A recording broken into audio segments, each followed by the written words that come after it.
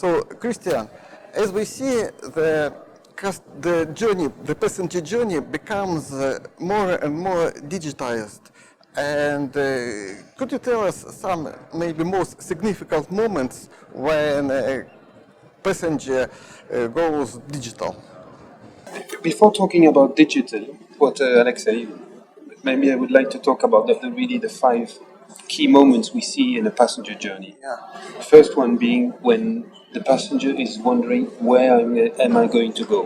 What do I want to do? He's looking for inspiration. Then, when the passenger gets an idea of where he wants to go, the next piece is, okay, how can I go there? What does it cost? What's the options? Where the passenger will start to search. The third moment is the passenger has searched, he's seen different offers, and he's ready to book or to buy a trip, which is the important moment, obviously, for all travel vendors, because that's when they will collect money also. Passenger buys, and then some time passes, and the fourth moment comes. The trip is coming close, and the passenger is getting ready, he's going to the airport, and he's traveling. And then the fifth biggest moment is when the passenger is back home, and it still remains, although the travel is really finished, the passenger, it's the time to get him ready for his next trip. So it's a defining moment also for any travel vendor. Yes, all these moments already exist.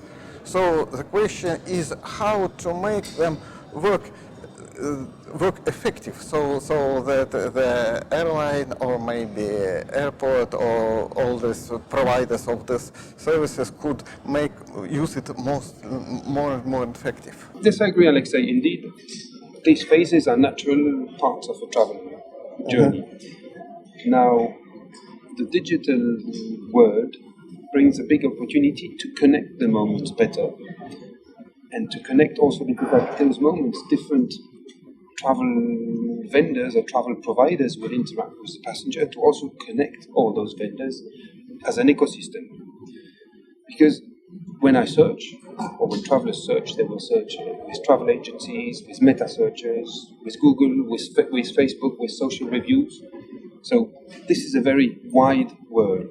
And then comes, at the point of traveling, another moment of a wide world, because there's first the taxi or the bus to go to the airport, then there's what happens at the airport, then there's interaction with the airline, then on destination they go to a hotel, they buy tour services. So you see the number of actors is very large. Historically, they all have just been caring about their own very small piece of the business. Yeah. Now, is this efficient for a traveler? I doubt it is, because obviously the traveler, he sees his journey as a continuum rather than small slices.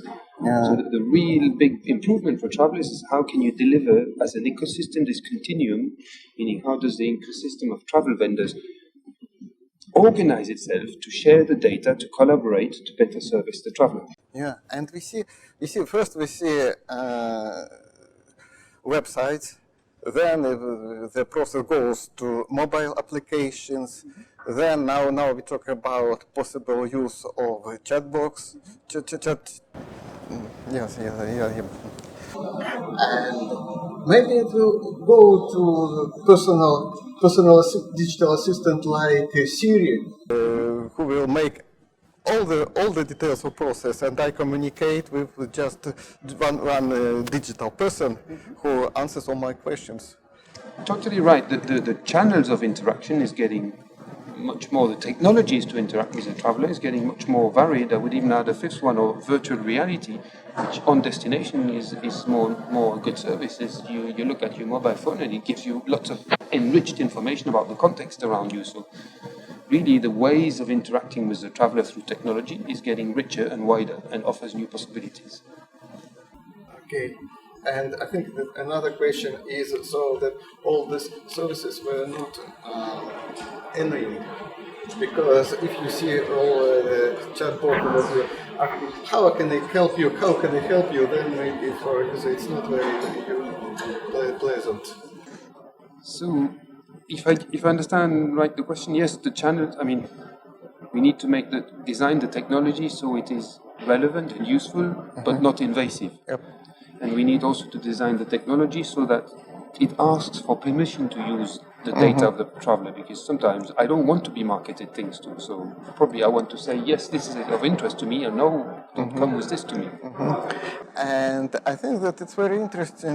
Maybe you say some more words about the integration of all parts. I mean, all players like airline and agencies and airports as mobility providers, because from my customer view, from passenger view, it's all parts of the same journey. So maybe they also will be combined somehow. That's, as Amadeus, that's definitely what we would like the world to go to and would like to help the world to go to.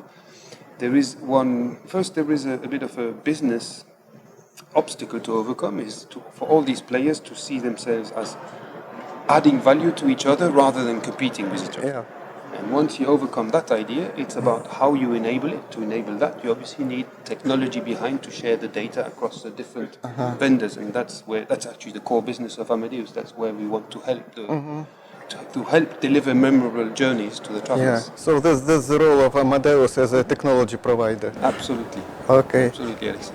And maybe one more question, but what's your opinion about this conference?